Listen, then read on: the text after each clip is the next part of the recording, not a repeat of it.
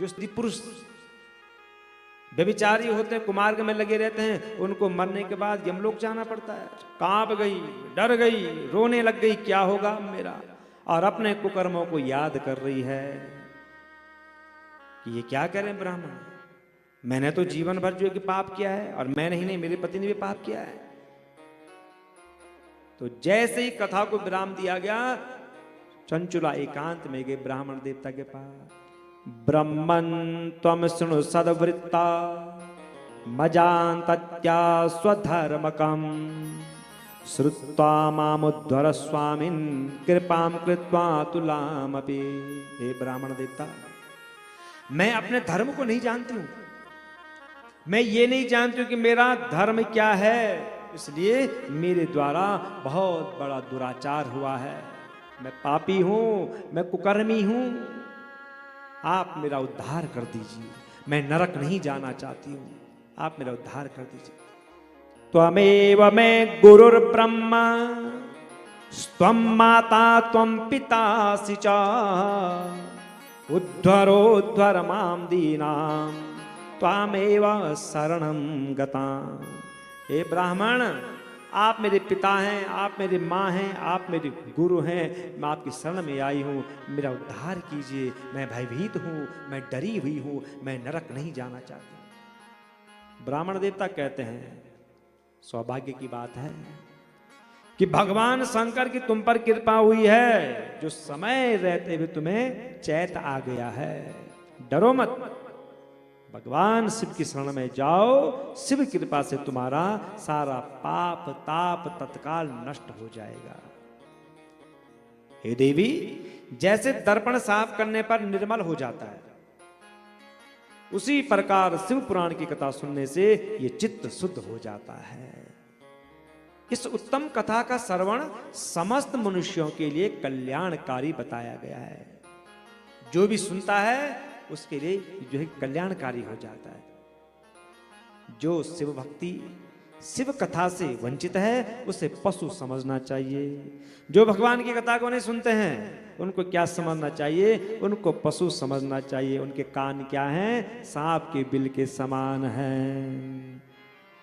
जिन हरि कथा सुनी नहीं काना, जिन हरि कथा सुनी नहीं काना, जिन हरि कथा सुनी नहीं काना, जिन हरि कथा सुनी नहीं काना, जिन हरि कथा सुनी नहीं काना, जिन हरि कथा सुनी नहीं काना, श्रवण रंध्र एहि भवन समाना, श्रवण रंध्र एहि भवन समाना, श्रवण रंध्र एहि भवन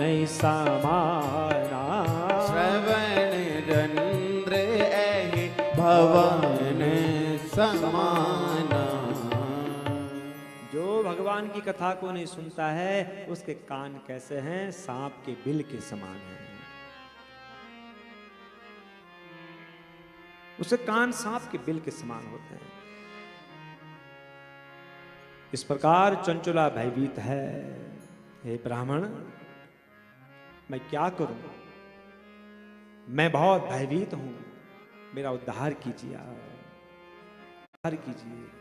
तो ब्राह्मण देवता कहते हैं कि हे देवी, अब जो है कि विषयों से अपने मन को हटा लो और भक्ति भाव से भगवान शंकर की परम पावन कथा को सुनो। इस प्रकार कह करके चंचुला जो है कि ब्राह्मण देव की प्रार्थना करती है, स्तुति करती है, और ब्राह्मण देव से यही कहती है कि आप मेरा उद्धार करो और आप मुझे भगवान शंकर की कथा सुनाओ। तो ब्राह्मण देवता कथा सुनाने को तैयार हो जाते हैं।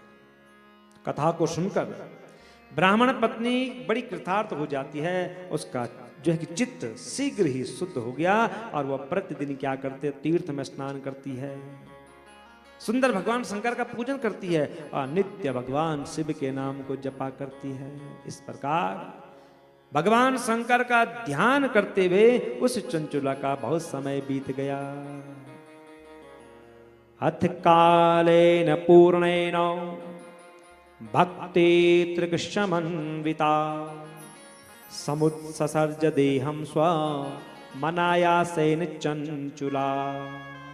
तत्पश्चात समय के पूर्ण होने पर भक्ति ज्ञान और वैराग्य से युक्त हुई चंचुला ने अपने शरीर को त्याग दिया। इसकी भी मृत्यु हो गई, इसका देहावसान हो जाता है और भगवान शंकर के भेजे हुए विमान में आरूढ़ होकर के चंचुला कहां पहुंच जाती है? सीधे कैलाश में पहुंच जाती है। बोलो शंकर भगवान की जय। उसके सारे पाप ताप संताप सब धुल गए। वह दिव्य रूप धारणी दिव्यांगना होकर के और कैलाश में चली जाती है। जैसे चंचुला कैलाश में पहुंची तो देखा तो भगवान शंकर का दैदीप्यमान स्वरूप सुंदर भगवान शंकर विराजमान हैं। संग में भगवान की कौन है? भगवती उमा जी हैं। नीलग्रीवां पंचवक्त्रां त्र्यंबकां चंद्रशेखरं वामांगे बिभ्रतं गौरी विद्युत पुंज समा प्रभा। कैसे लग रहे हैं भगवान शंकर? 5 मुख भगवान शंकर के, पंचवक्त्र, और प्रत्येक मुख में क्या है? 3 नेत्र है। मस्तक पर अर्धजग चंद्रमा विराजमान है। नीलकंठ है, जिन्होंने गौरा को अपने वामांग में बिठा रखा है। इतने सुंदर भगवान का दर्शन किया।